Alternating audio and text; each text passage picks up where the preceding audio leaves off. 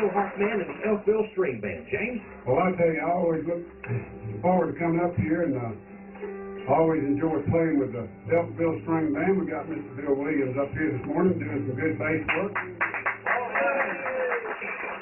I got Herb Key doing some good rhythm guitar work. Drake Walsh up here playing some good fiddle and mandolin. Jeff Michael just walked in and playing some good banjo. And I was asking old Jeff, I said, well, how do you do? He said, well, it depends on who you ask. Well, I told him I'd clone myself, and I always ask my other self how I'm doing, and I'm always doing fine. He said, well, if he asked his other self, they wouldn't even be talking to each other. Oh, goodness, I'll tell you straight up about it now. My youngest son was living out in San Francisco Bay Area. He came home last week. I was out visiting with him last May. He took me to one of these homes. I'm talking about one of these rich homes up on the top of the big one of those hills, steep hills up over the San Francisco Bay. Beautiful old home that's been built in 1904. I'm talking about it is the most pretty thing you'd ever want to see. I mean, big, high-powered lawyer and all this big, long table. You couldn't hardly talk from one end to the other. It was a big, long table, and we was having a good time eating some of this. All I mean, it was just a fine dinner, and we're sitting around and talking a little bit after, and I said, well, you know, I talked to an old fellow up around Wilkesboro, North Carolina, old Charlie Tesh, and he said, you know, he told me that his dad, when they were boys, they used to go fishing. They sometimes couldn't always haul forward a fish hook or line, and sometimes they just go fishing with a chaw at the back. He said they'd cut off little pieces at the back and throw it over on top of the water, and the fish would come up and get it and take it down. And when they had to spit, they had to come up and spit, and they'd hit it with a boat paddle and put them all over in the pail. You know what I'm telling you? Put them all over in the pail. And I just said it with a straight face like it was the honest truth. They all sat there just amazed. We ended up on the internet. You get out there and look it up, and why does the fish have to come up and spit? Of course, the answer to that is, if you're up over a pail of water or something, you can spit in the pail of water. But you try to get down underneath the water and try to spit it back up on it.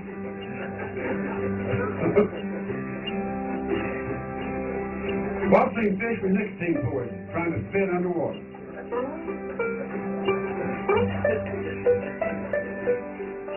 Get you.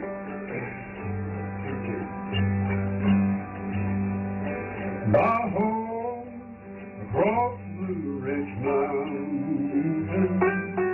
My home across the Blue Ridge Mountain. My home across the Blue Ridge Mountain. Never back to see you anymore. That comes out of an old song. My home's in North Carolina. Popular during the war between the states. Over 600,000 good men died in that old war. Over 1.5 million good men went home wounded and crippled. Can you imagine having a homestead? You work 8 hours before dinner and 8 hours after dinner. Maybe try to grow a few fruit trees. Try to get a garden up and going. Got to find a wife that's working just as hard as you are. Got some young children coming on up and facing the thing of having to leave. Leave that homestead and leave that fine wife and leave those pretty little children. I talked to old Charlie Tesh, and he said his dad used to sing a verse about riding with old Moses. John Mosby lived in North Virginia and joined the Army of Northern Virginia. He's an attorney. He joined the Army as a private and was so effective in guerrilla warfare that they promoted him up through the ranks to a full colonel. He was named the Gray Ghost by President Abraham Lincoln. He'd slip into Union camps and kidnap generals. Enough to make them nervous. He was so effective in interrupting the supply lines of General Sheridan, General Grant said, well, if you can find him or catch him, you just go and hang him, don't worry about a trial. He's one of the few men that didn't surrender at the end of the war. They gave him a pardon in 1866. But he became real supportive of General Grant as run for president in 1868 and 1872. General Grant gave him an appointment as an ambassador to Hong Kong.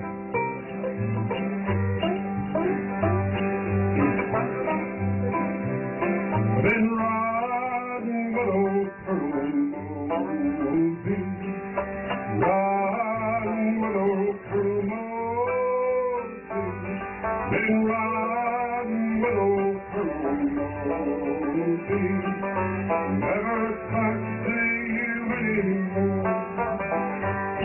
We're leaving here on Monday morning,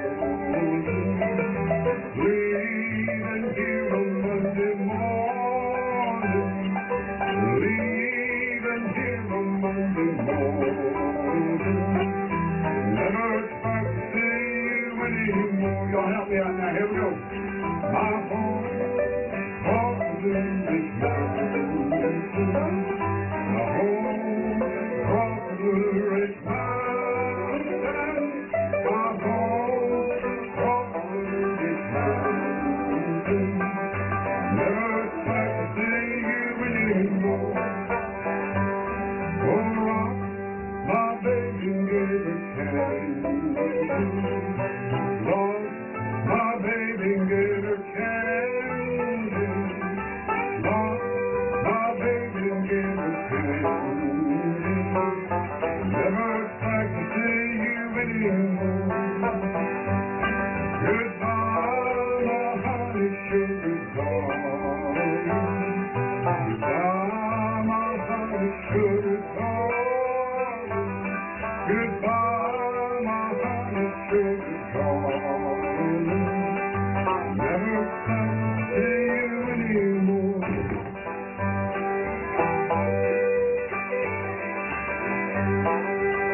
That's a great walk on that good fellow.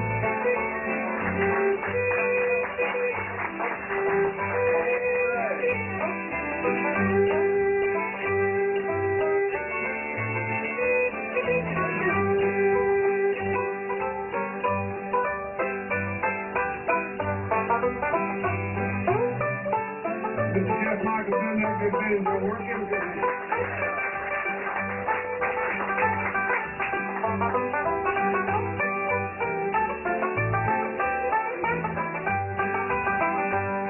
Oh, how can I keep from crying? How can I keep from crying? How can I keep from crying?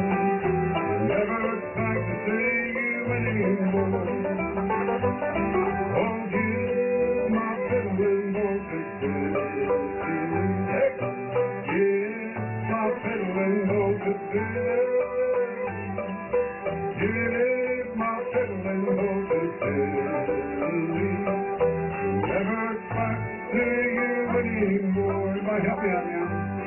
My home's across the rich mountain, my home's across the rich mountain, my home's across the rich mountain, never expect to see you anymore. Help me out now.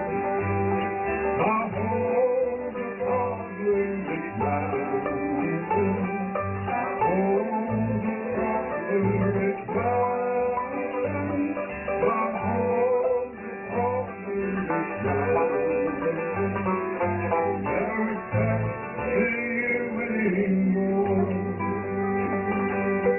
Now, I guess being